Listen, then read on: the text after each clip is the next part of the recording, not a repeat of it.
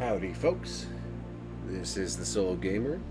You can call me Matt, and following up on a couple of videos I did recently about the Ranma 1/2 series, I got my hands on the ps1 Ranma 1/2 game, and I'm currently endeavoring to find a couple of others.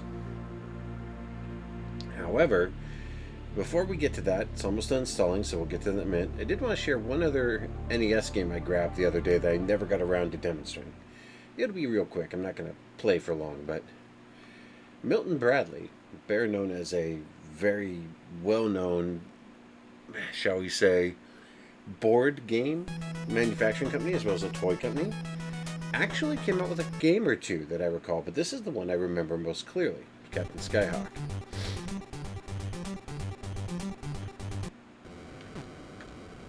And it was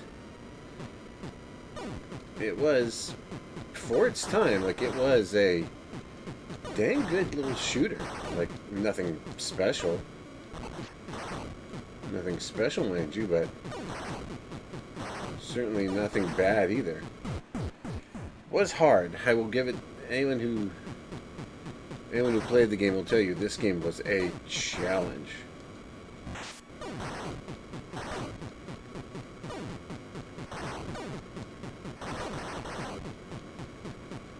It was very well known for having what could arguably be some of the best shooter mechanics of its era, but it was also an incredibly challenging game.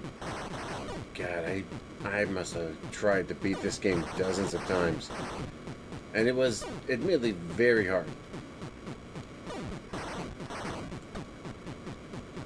What made it stand out for the time was it had a number of different functions and parts to it, the most notable of which being that it was broken up into chunks, bits. You had, each of these levels had a boss at the end. In this case, the first level had the bases, which meant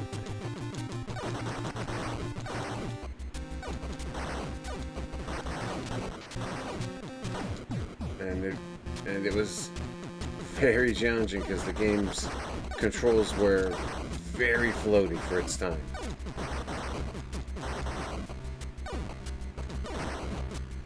Now, when you defeated or destroyed one of the base units, it didn't stop it from trying to attack you, but it reduced the amount of firepower it had available to it to come after you with.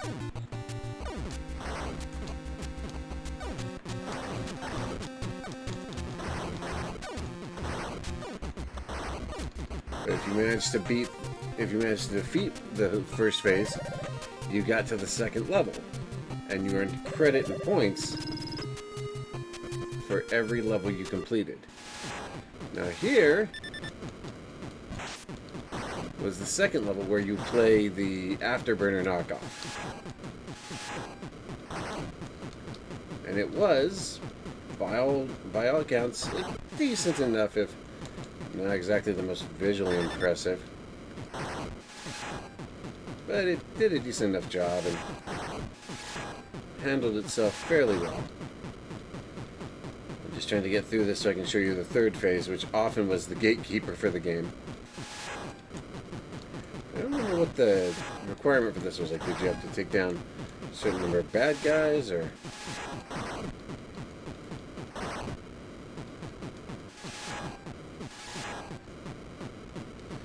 You did have rapid fire, and you could actually improve the rapid fire.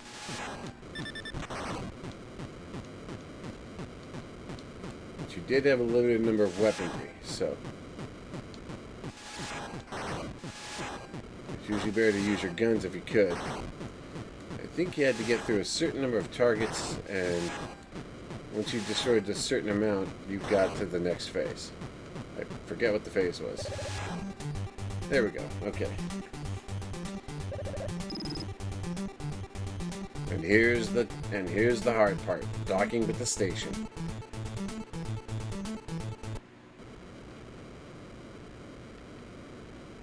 The challenge was you had to align yourself just perfectly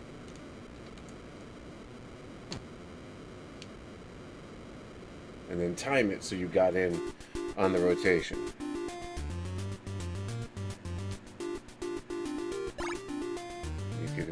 You could upgrade your weaponry by missiles,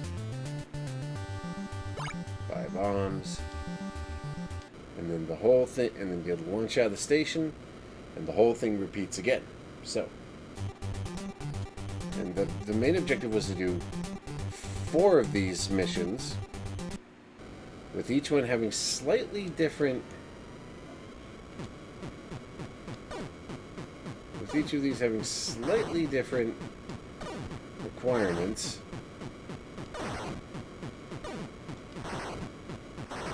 And different challenges, different environments even.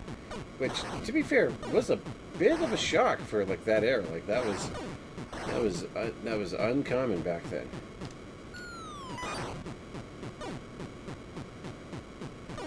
You had to learn the timing of everything. You had to know how to maneuver through the environment.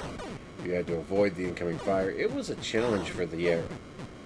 But a very fun game if you were into shoot-em-ups. A lot of freaking tanks. Where are all these tanks? And I'm off. Good work. Supplies received.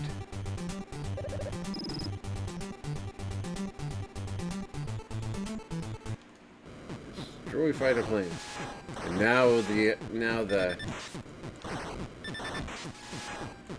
the challenge is up, because now they fire back and they come in greater numbers. And each of these adds like a different wrinkle, so it gets more and more challenging as the game goes on. To be fair, like cannon is always the best thing to upgrade when you can, because it's the one thing you never run out of. So having a rapid fire super machine gun is always helpful. See, now I'm damaged. If I take and I'm done. And I can continue if I want, but you have limited continues. So anyway, done. So that's that. Let's go on to Battle Rennasance. And this is one of a few missing pieces to the Ranma 1/2 puzzle that I never got, because to my knowledge, it never released in America. At all, to my knowledge. Soft. They did a lot of the Ranma games.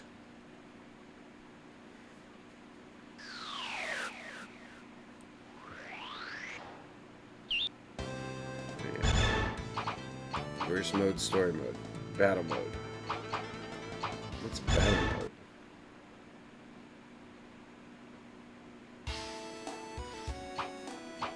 And as you can clearly see, it was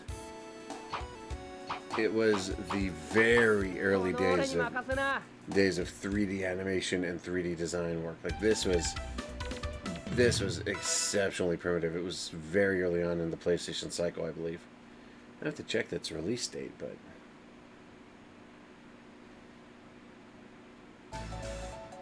now the actual in-game graphics look pretty good. Oh, and for the record, I have absolute...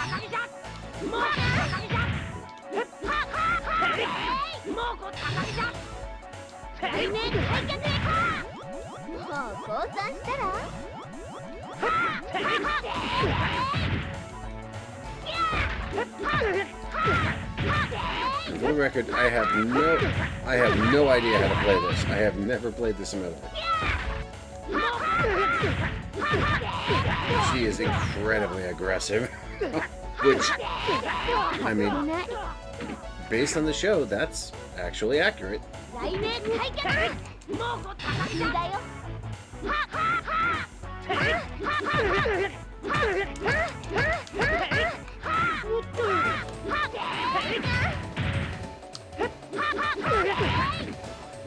Yeah, I have no idea how any of the moves work.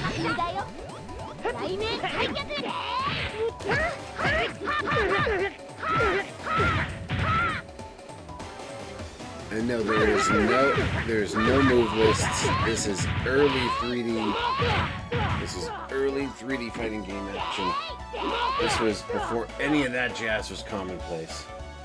So you came into this no clue as to what you were doing.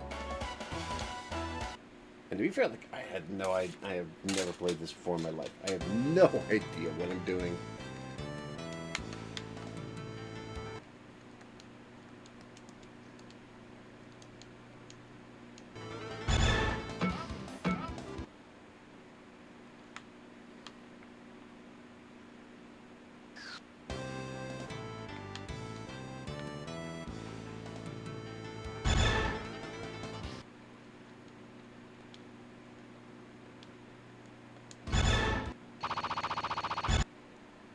Okay, yeah, the controller's bugging out.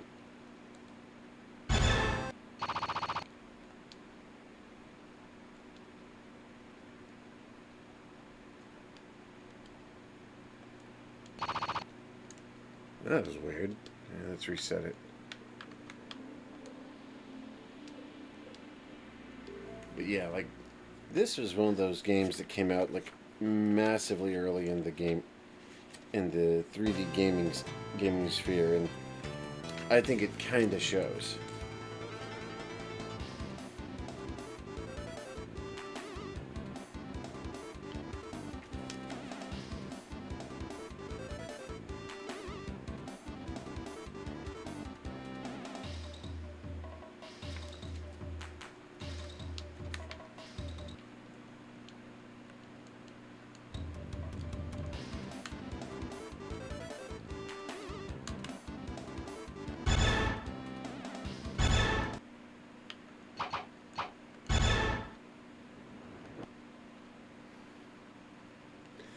And it does have a story mode. I'm honestly not at all interested.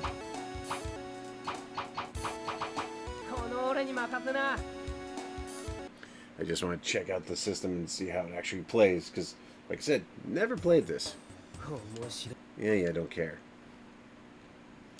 Oh, you actually control this little dude. Kuno Highland. Kuno.